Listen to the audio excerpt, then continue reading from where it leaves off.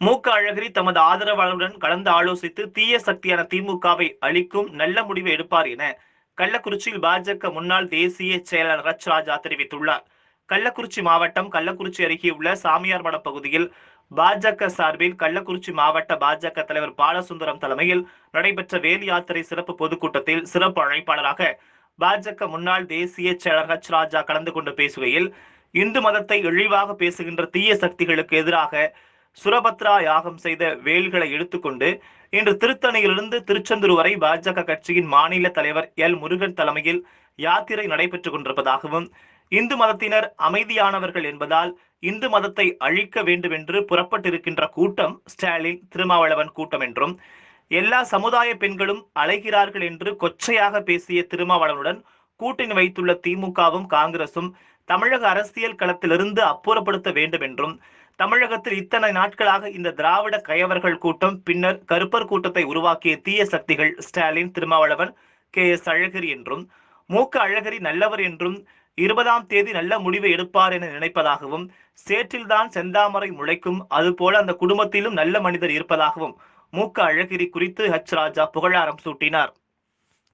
இந்துக்கள் அமைதியானவர்கள் காரணத்தால இந்து மதத்தை சீண்டிய இந்து மதத்தை அழிக்க வேண்டும் என்று புறப்பட்டிருக்கின்ற கூட்டம் இந்த ஸ்டாலின் திருமாவளவன் கூட்டணிங்கிறேனா. எல்லா சமுதாய பெண்களும் அலைகிறார்கள் மிக கொச்சையாக அந்த வார்த்தைகளை என்னால் மேடையில பேச முடியாது. அவ்வளவு கேவலமா பேசின திருமாவளவனோடு கூட்டணி வச்சிருக்கிற திமுக காங்கிரஸ் தமிழக அரசியல் களத்திலிருந்து அப்புறப்படுத்துவோமா? அப்புறப்படுத்த வேண்டுமா வேண்டாமா? இந்து விரோத திமுகவை, இத்தாலிய சோனியாவின் அடுவரடி காங்கிரஸை வேரோடும் வேரடி மண்ணோடும் இந்து விரோத தீய சக்திகளை அரசியல் களத்திலிருந்து அப்புறப்படுத்த வேண்டிய அவசியம் நமக்கு வந்திருக்கிறது. அதனால வேல் யாத்திரை.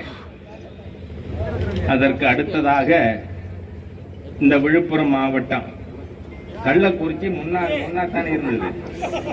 அப்ப பேசின கருணாநிதி சொன்னதை சொல்ல வரேன். நம்ம ஆதி சங்கர்னு திமுக இருந்தார்ல, அந்த ஆதி சங்கருக்கு நெத்தியில பொட்டு வச்சிருந்த பொழுது இந்த தீய சக்தி கருணாநிதி என்ன கேட்டாரு?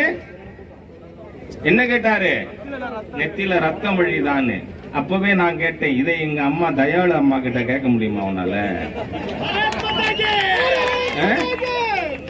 கேட்டா அவங்களுக்கு உரிமை இருக்குன்னு. அப்ப அந்த ஆதிசங்கருக்கு உரிமை இல்லையா? இப்போ கனிமொழி பேசுறாங்க, அவங்க அம்மாவுக்கு கோயிலுக்கு போற உரிமை இருக்கான். Yes, I agree. அவங்களுக்கு ராஜாத்தி அம்மாவுக்கு கோயிலுக்கு போகாதேன்னு கனிமொழி தடுத்தாலே அதை எதிர்ப்பேன் நான். அவங்களுக்கு உரிமை இருக்கு. ஆனா அது அந்த ஆதிசங்கருக்கு இல்லையா? கட்சி தொண்டர்களுக்கு இல்லையா? புதுக்கோட்டையில பேசும்பொழுது ஸ்டாலின் பேசினார், அப்ப பொட்டு வச்சிருக்கிற விபூதி வச்சிருக்கிற எல்லாரும் ஒண்ணு பின்னாடி போய் இல்ல கூட்டத்தை விட்டு வெளில போன்னு.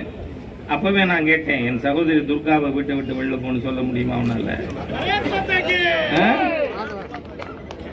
ஏன்னா அந்த முதனா புதுக்கோட்டையில ஸ்டாலினோட கூட்டம், மறுநா தஞ்சாவூர்ல என்னோட பொதுக்கூட்டம்.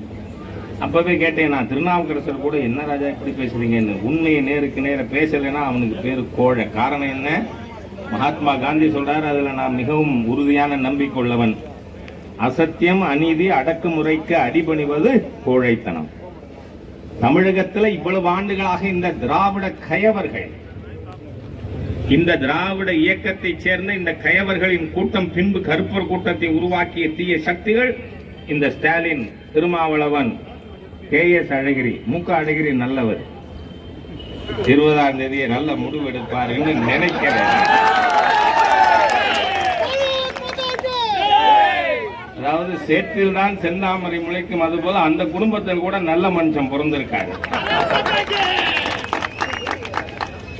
ஆகவே கருணாநிதி